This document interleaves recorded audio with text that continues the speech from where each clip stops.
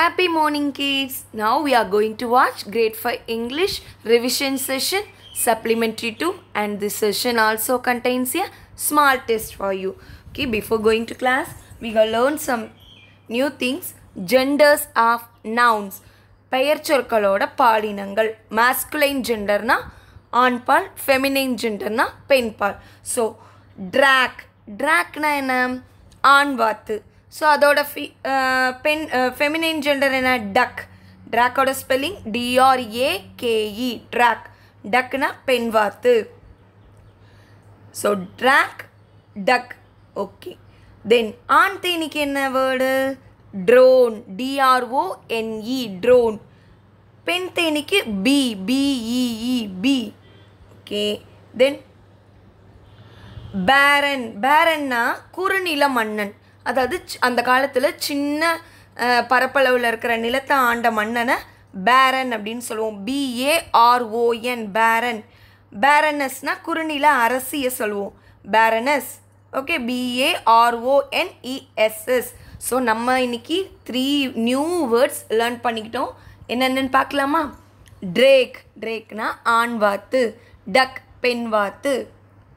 Drone ஆண் தேனி. பெண் தேனி. பேரன் குறுநில மன்னன். பேரனஸ் குறுநில அரசி. ஓகே. நம்ம practice makes a man perfect session அந்த லெசனோட டீட்டெயில்டு எக்ஸ்ப்ளனேஷன் பார்த்துருக்கோம். கொஷின் அண்ட் ஆன்சர் ஃபில்லப்ஸ் எல்லாமே ஆல்ரெடி பார்த்துட்டோம். ஸோ நம்ம இப்போ பார்க்க போகிறது dictation words and question and answers. Before going to lesson, I have given a small recap. So உங்களுக்கு தெரியும் இல்லையா, உத்தமன்கிறவர் ஒரு வில் வித்தையில் சிறந்த மனிதன். அவர் தன்னை ரொம்ப ஷோ ஆஃப் பண்ணிப்பார். அவர் ஷோ ஆஃப் பண்ணுறப்ப இருக்கிற கூட்டங்கள் மக்களில் ஒரு க்ரௌடில் தன்னோட வில் வித்தையை ஷோ ஆஃப் பண்ணுறப்ப எல்லோரும் சேரப் பண்ணுவாங்க பீப்புளெலாம். அதில் ஒரு ஆயில் செல்லர் இருந்தார். அவர் என்ன பண்ணாரா? நெய்தர் கிளாப் நார் சியர்ட். கிளாப் பண்ணவும் இல்லையா, சியரப் பண்ணவும் இல்லையா. ஸோ உத்தமனுக்கு கோபம் வந்துருச்சான். அவர்கிட்ட கேட்டப்ப இதெல்லாம் just a practice, matter of practice அப்படின்னு அந்த ஆயில் செல்லர் சொன்னாராம். சரி, வில்வித்தையை பற்றி உனக்கு ஏதாவது தெரியுமா அப்படின்னு கேட்குறாரு. எனக்கு வில்வித்தையை பற்றி தெரியாது, நான் பல வருஷங்களாக ஆயில் வித்துட்ருக்கேன், அதில் எனக்கு சில வித்தைகள் தெரியும், அதை நான் உங்களுக்கு காட்டுறேன் அப்படின்னு சொல்லி ஒரு சுரை கொடுக்க ஆயில் காட். நான் மிஸ் லாஸ்ட் வீடியோவில் உங்களுக்கு அதோட பிக்சரே ஆட் பண்ணியிருக்கேன், நீங்கள் போய் பாருங்கள். அதில் ஒரு நான் சொன்னேன் இல்லையா, ஓட்ட பைசா அப்படின்னு சொல்லி ஒரு பிக்சர் காமிச்சிருந்தேன் இல்லையா. ஸோ அது வழியாக மேலே இருந்துட்டு நம்ம டீ கடையிலலாம் டீ மாஸ்டர் டீ ஆற்றுவாங்க இல்லையா, அதே மாதிரி எம்டி ஆயில் கார்டில் எம்டி பாட்டிலில் அந்த காயினை அதோட பாட்டிலோட மவுத்தில் வச்சுட்டு மூடியில் வச்சுக்கிட்டு மேலேருந்து எண்ணெயை ஊற்றுறாரு. அதில் எந்த ஒரு ட்ரேஸ் ஆஃப் ஆயிலுமே இல்லை, எண்ணெயே சிந்தாமல் ஸ்பில் பண்ணாமல் ஊற்றுறாரு. ஸோ அந்த கூட்டத்தில் உள்ள மக்கள்லாம் அவரை நல்லா என்கரேஜ் பண்ணி சியர் அப் பண்ணுறாங்க. உத்தமன் தெரிஞ்சுக்கிட்டார், practice makes a man perfect. So நம்ம எதுவுமே எந்த ஒரு காரியத்தையுமே நம்ம சாதிக்கணும்னா practice is a important thing. So நம்ம டீட்டெயில்டு explanation வீடியோவில் பார்த்துருக்கோம். You go through it. Now we learn dictation words. I read out the words. He was a skilled archer. Skilled archerனா என்ன சொன்னேன்? நல்ல திறமையான வில் வித்தை காரர். Perform wonderful. Perform wonderfulனா அருமையாக perform பண்ணுறாரு. Target precisely. டார்கெட்னா அவரோட அந்த பிக்சர்லேயே நம்ம பார்த்துருக்கோம் இல்லையா, அந்த பர்டிகுலராக அந்த ரவுண்டில் அவர் அம்பை எழுதணும். ஸோ அதுதான் டார்கெட். கரெக்டாக டார்கெட்டை நோக்கி இது பண்ணுவார். He like to show his skills. He wanted to show off his திறமைகள், skills. Admirers watch. Admirers means அந்த க்ரௌடில் இருக்கிற மக்கள். ஓகே, அவங்க தான் வியந்த மக்கள். இங்கே அவங்கள தான் மென்ஷன் பண்ணியிருக்காங்க, அட்மைரர்ஸ். தென் again I read out the words. He was a skilled archer, perform wonderful, target precisely. He liked to show his skills. Admirers watched. Then second slide. A man with a beard as white as snow. அதாவது பனியோட கலரில் அந்த அளவுக்கு ஒயிட்டாக பியர்டுனா தாடி. இருந்துச்சா யாருக்கு? Oil செல்லருக்கு. ஓகேவா? The crowd clapped and cheered. Clappedனா கை தட்டுறது, cheeredனா ஆரவாரிக்கிறது, சந்தோஷப்படுத்துறது. Crowd means கூட்டம். The crowd clapped and cheered. Third one, except the oil seller. Exceptனா அவரை தவிர்த்து, ஆயில் செல்லரை தவிர்த்து. Next word, he neither clapped nor cheered. Clappedனா கை தட்டவும் இல்லை, cheerனா ஊக்கப்படுத்தவும் இல்லை. நெய்தர் நார் வந்துச்சுனாலே இதையும் செய்யலை அதையும் செய்யலை. இது ஒரு ஸ்ட்ரக்சர் உங்களுக்கு 6th 7th கிளாஸஸில் வரும், நல்லா நோட் பண்ணிக்கோங்க. He neither clapped nor cheered. Okay, it's just a matter of practice. எதுவுமே ஒரு பயிற்சினால் சாத்தியமாகும் அப்படின்னு சொல்கிறது. உத்தமன் காட் அனாய்டு. அனாய்டுனா எரிச்சல் அடையிறது. உத்தமன் got annoyed. Again I read out the words. A man with a beard as white as snow. The crowd clapped and cheered, except the oil seller. He neither clapped nor cheered. It is just a matter of practice. Uttaman got annoyed. Next slide. Irritated. Irritated means எரிச்சல் அடையிறது. The old man said calmly. Old man மெதுவா சொல்றார். I don't doubt your skills. Doubtனா சந்தேகப்படுறது. உங்களோட திறமையை நான் doubt பண்ணலை. Everything was a matter of practice. Everything ஒவ்வொரு விஷயமுமே மேட்ரு ஆஃப் ப்ராக்டிஸ், பயிற்சினால். Thoughtless comments on others. தாட்லெஸ்னால் ஒரு விஷயத்தை பற்றின அறிவே இல்லாமல், அதாவது வில்வித்தையை பற்றின அறிவே இல்லாமல் நீங்கள் என்ன கமெண்ட் பண்ணுறீங்களா அப்படின்னு உத்தமன் கேட்டார் இல்லையா? So here thoughtless comments on others. Next word, there is no reason to be angry. இதில் கோவப்படுறதுக்கான ஒரு விஷயமுமே இல்லை. Again I read out the words. Irritated, the old man said calmly, I don't doubt your skills. Everything was a matter of practice. Thoughtless comments on others. There is no reason to be angry. Next one, mocking tone. Mocking tone na ஒரு மெல்லிய பயமுறுத்துகிற டோனில் கேட்குறது. Marking tone. Every one was curious. Every ஒன்னா கூட்டத்தில் எல்லா மக்களுமே ஆர்வமாக பார்க்குறாங்க. த க்ரௌட் இன்ச்சுடு க்ளோசர். இன்ச்சுடுனா முன்னோக்கி நகர்றது. Clear view. ஒரு விஷயம் நமக்கு கிளியராக தெரியலனா நம்ம வந்து முன்னோக்கி நகர்ந்து தானே பார்ப்போம். ஸோ கிளியர் வியூனா தெளிவான அந்த காட்சி கிடைக்கிறது. Clear view. அன்ஃபேஸ்டு. அன்ஃபேஸ்டுனா ஆச்சரியப்படுறது. Unfazed. Then the oil seller stood up.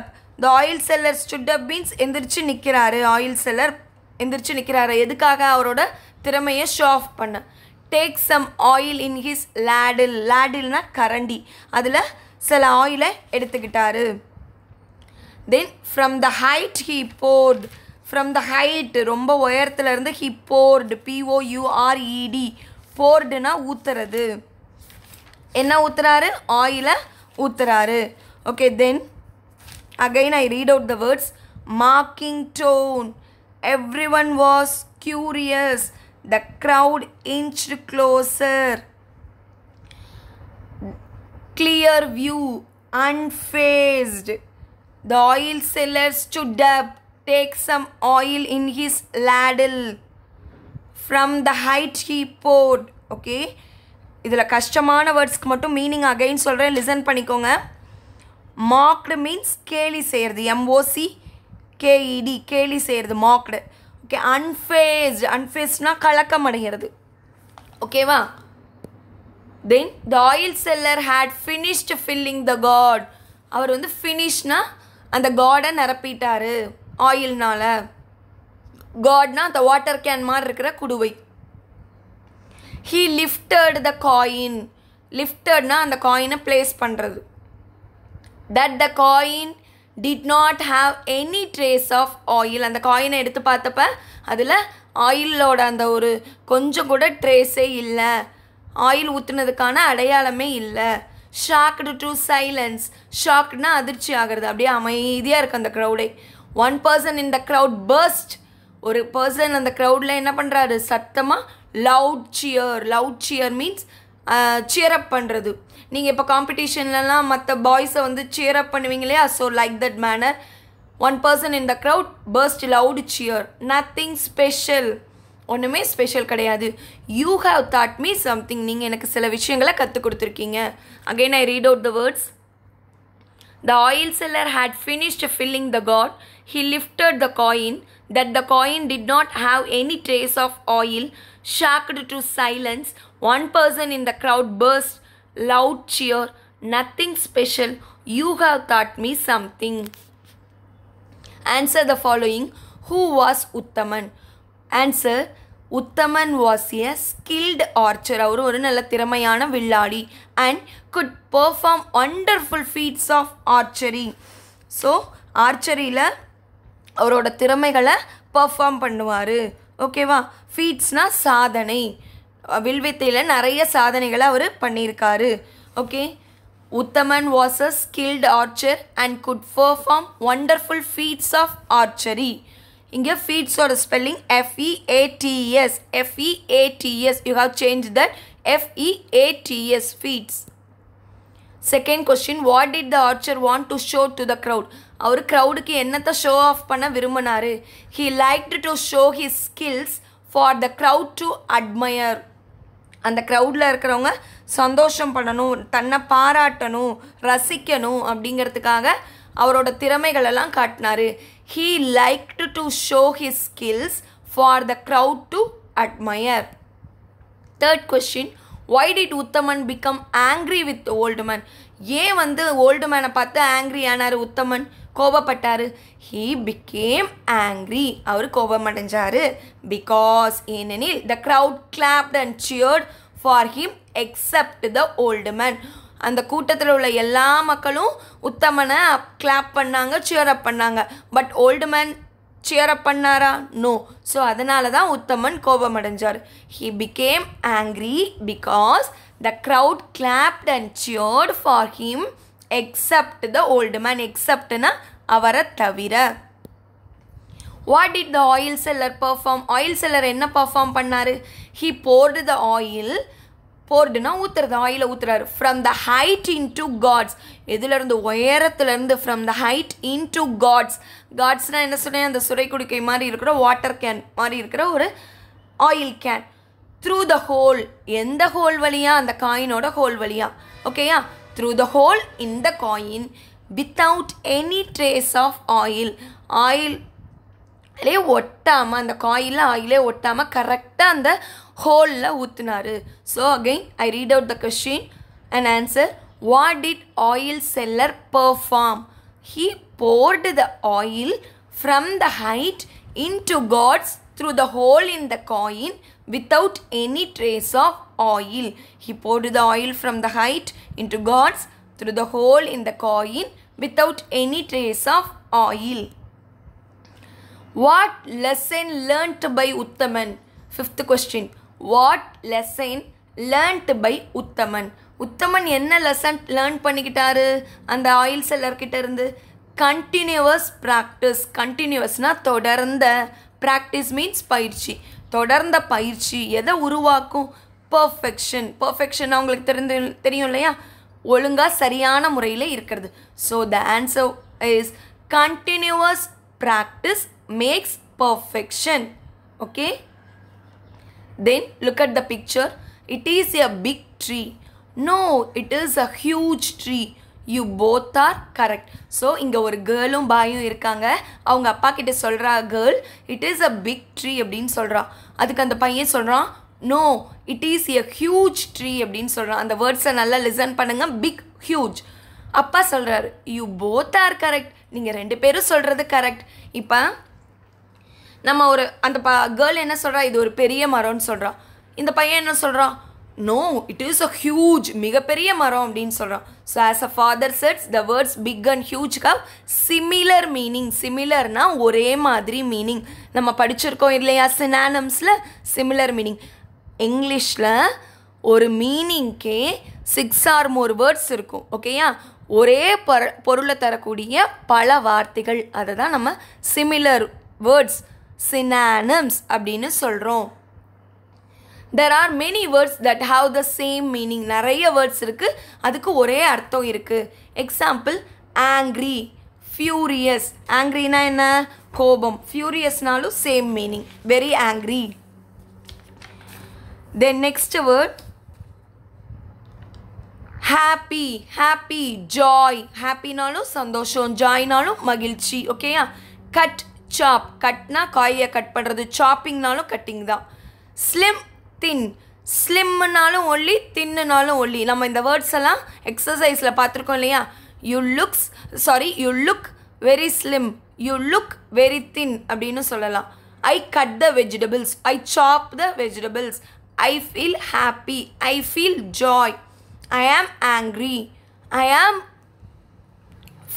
in furious mood அப்படின்னு சொல்லலாம். ஓகேயா? ஸோ ஆங்க்ரினா ஃபியூரியஸ், கோபம். ஆங்க்ரி ஃபியூரியஸ் மீன்ஸ் கோபம். ஹாப்பி ஜாய் மீன்ஸ் மகிழ்ச்சி. கட் சாப் மீன்ஸ் கட் பண்ணுறது. ஸ்லிம் தின் மீன்ஸ் சேம் மீனிங், ஒல்லியாக இருக்கிறது. ஓகே, நம்ம ஒரு மீனிங்க்கே 2 வேர்ட்ஸ் பார்த்துருக்கோம் இல்லையா? Now let us see how to apply these words in exercises. Read the sentences and write the word with same meaning for the underlined words. உங்களுக்கு questionல கொடுத்திருக்க underlined words கான same words you have to pick from the boxes. So first boxல small, second one sick, third one large, fourth one glad, fifth one stone. Next word leap. Okay, first பார்க்கலாம். First sentence, I ate the big apple. Bigனா என்ன? பெருசு. So இங்கே பிக்குக்கான word என்ன இருக்குது அந்த மேலே இருக்கிற பாக்ஸில்? Large. So we have to write the answer large. I ate the big apple. The answer is large. ஏன் நம்ம லார்ஜ் எழுதுகிறோம்? பிக்கும் லார்ஜும் பெரிய அப்படிங்கிற சேம் மீனிங்கை கொடுக்குது. கொஸ்டினில் இருக்கிற அண்டர்லைன் வேர்டுக்கான சேம் மீனிங்கை we have to pick from the boxes and write down the fill-ups. So அதை தான் நம்ம இப்போ செஞ்சிட்ருக்கோம். Second sentence, this is a little dog. லிட்டில்னா சின்னது.